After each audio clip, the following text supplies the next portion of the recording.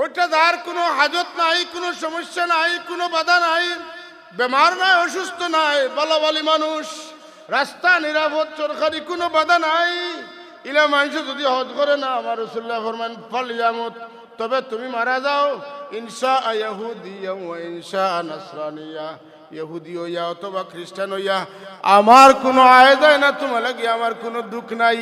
তুমি যদি হজ আইতা তাইলে তো আমারও দেখিয়া গেলা, আমিও তোমারে দেখলাম মনে। এটা বানাইল কিচ্ছু কইলাম নি, মানুষ হজ গেলে জিয়ারত যায়নি। হ্যাঁ, হজ গেলে কার জিয়ারত যায়নি? রাসূলুল্লাহর জিয়ারত। মক্কা শরীফ হজ করিয়া মদিনাতে যাও চলিয়া, মক্কা শরীফ হজ করিয়া মদিনাতে যাও চলিয়া, দয়াল নবীর জিয়ারতে গুনাহ থাকে না আমার, কিচ্ছু ভালো লাগে না, মন হইয়াছে দিওয়ানা, মনে লই উড়িয়া যাইতাম সোনার মদিনা, আমার কিচ্ছু ভালো, মন হইয়াছে দিওয়ানা, মনে লই উড়িয়া যাইতাম সোনার মদিনা। খোকা আমি হাজরিন, আমার রাসূলুল্লাহ আপনার তৌফিক হইছে বাট সাইত্রা তুমি যাইতাই, তুমি যে যাইত্রাই না নবীর কষ্ট। সুবহানাল্লাহ। রাসূলুল্লাহর জিয়ারত করা, রাসূলুল্লাহর জিয়ারত করা একগুলো মানুষের কোনো হজের অংশ নাই। আচ্ছা কত সময় লাগে আমি মানি লইলাম হজের অংশ নাই। ইহরাম বান্ধা, তওয়াফ করা, আরফা তুকুফ করা, ফরজ তিনটা, সাফা মারওয়া সাই করা, মিনা মুজদলিফা তুকুফ করা, পাথর মারা, মাথুন না, ইটা ওয়াজিব না কিতা? ইটা করার বাদে একজন উম্মত লাগি দায়িত্ব কিতা? যদি সত্যিকার উম্মত হইয়া থাকে তার খাম কিতা? বলে আল্লাহর নবী একটা দমক দিয়া তুইয়া গেছেন, দমক দিয়া গেছেন যে আমার যে উম্মতে হজ করলো, মান হাজ্জা ফালাম ইয়াজুরনি, যে হজ করলো আর আমার জিয়ারত করলো না, ফাকাদ জাফানি, এ আমারে কষ্ট দিল। ও ভাই মুমিন, তুমি হজ ফাইলাই কিলা, উমরা ফাইলাই কিলা, তোয়াফ শিকলাই কিলা, সাই শিকলাই কিলা, ইটা সকল কাম তোমারে খে শিকাইছে, ইটা কামৰ মডেল খে তুমি সবটা বলিয়া হজ করার বাদে কইলাই যাইয়ার গিয়া জিয়ারত করা তো ফরজ নাই, ওয়াজিব নাই, তে যাই কি আমার কাম তো শেষ হয়ে গেছে। আল্লাহর নবী ফরমাইছে তুমি যাও যাও, তবে আমারে কষ্ট দিয়া যাইত্রায়। পাতুন না ফুয়া লন্ডন পাঠাইলা লাখ টাকা খরচ করিয়া, আর 4-5 বছর বাদে লিগে লইয়া, আর আইয়া হোর বাড়ির তাকিয়া, হ্যাঁ, আর গেল কি বেটা বাবা কইন আল্লাহ হায়াত দেখা বদুয়া করিয়া না, ফুয়া হুড়িরে মানুষে বদুয়া দেয়নি, তবে কষ্ট লাগে আমার বুধকে আমারে দেখিয়া গেল না। আল্লাহ তান শরীয়তের মধ্যে, বিধানের মধ্যে, আইনের মধ্যে আমরার মা বাবার দায়িত্ব দিছেন না দিছেন না? মা বাবার ভিতরে আমরা লাগি মায়া দিছেন না দিছেন না? কি পরিমাণ মায়া দিছেন আল্লাহ কইন, ও পরিমাণ মায়া যদি তোমরা আমার লাগি হয়ে যায় তাইলে তোমরা আমি শাস্তি দিতাম না, তোমরার মা বাপরে আমি শাস্তি দিতাম না। কোন তোমরা দোয়া করিও, রব্বির হামহুমা কামা রব্বায়ানি সগীরা, ও আল্লাহ আমার মা বাপরে ওলা মায়া করো, জেলা আমার মা বাপে আমার ছোটবেলায় লালন পালন করছেন মায়া করিয়া। বুঝা গেল মা বাপে যে পরিমাণ দয়া করছেন, ই পরিমাণ দয়া যদি আল্লাহ কবর মা বাপরে করিলেন তাইলে মা বাপ মগফুর হয়ে যাবা, মরহুম হয়ে যাবা, মা বাপ আল্লাহর দয়ার ভিতরে হামাই যাবা। সুবহানাল্লাহ। ইখান তো বুঝা জানি মা বাপর মায়ার মাত্রা কতখান। আর যদি বুঝেন না আর হাসারর বাপ হইয়া তখন আপনার বাচ্চার লাগি আপনার কতখান মায়া, আপনার একটা আন্দাজ আছে না নাই মাথুন না?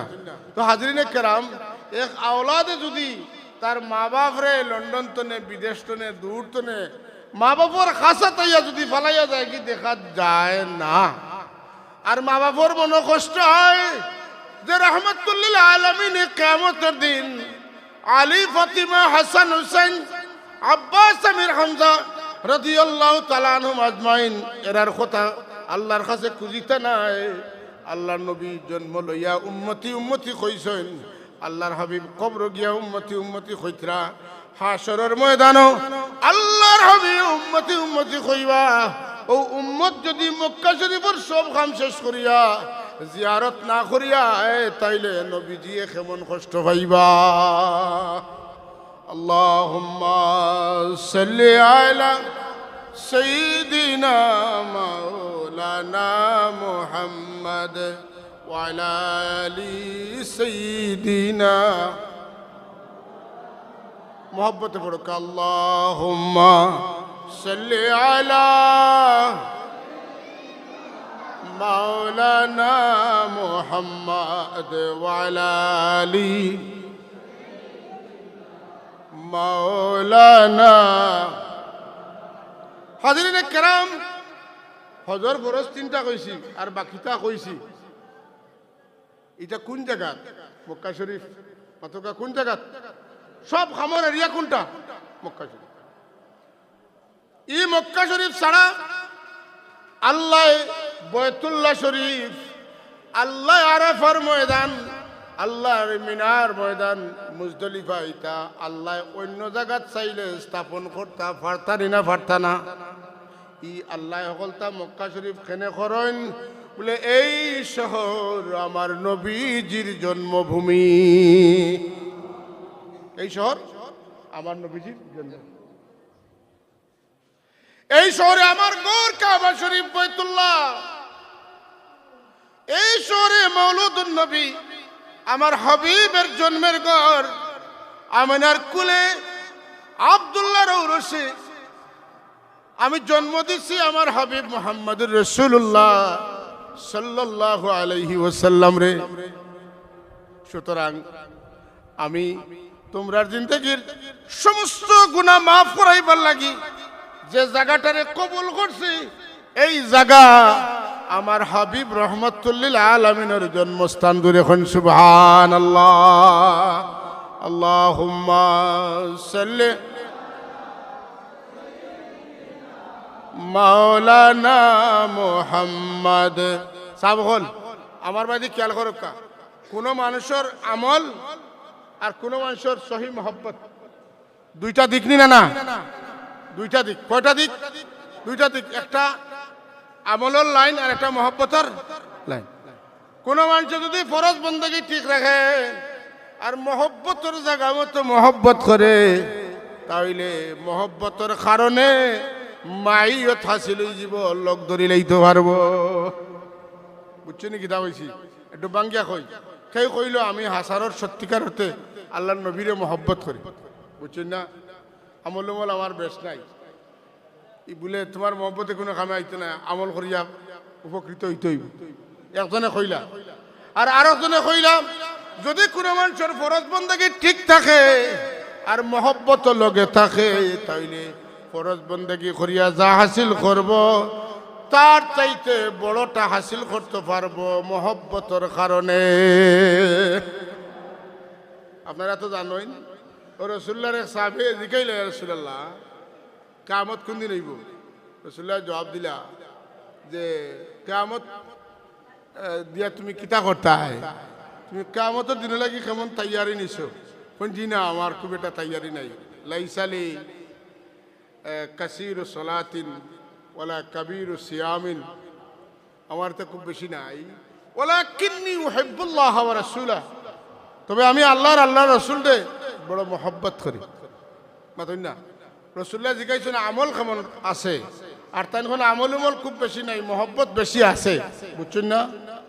আমার কথা আবার বুঝুকা, যখন আমল উমল বেশি নাই, ফরজ বন্দেগী এটা আছে, নফল বন্দেগী নাই।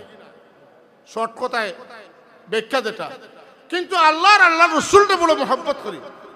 আল্লাহ নবী থামে গেলা, জিবরিল আমিনা এই কথার প্রেক্ষিতে আল্লাহর পক্ষ থেকে আল্লাহ তানে পাঠাইলা একটা আয়াত দিয়া। সুবহানাল্লাহ। এই সাহাবীর কথার কারণে একটা আয়াত নাযিল হইছে।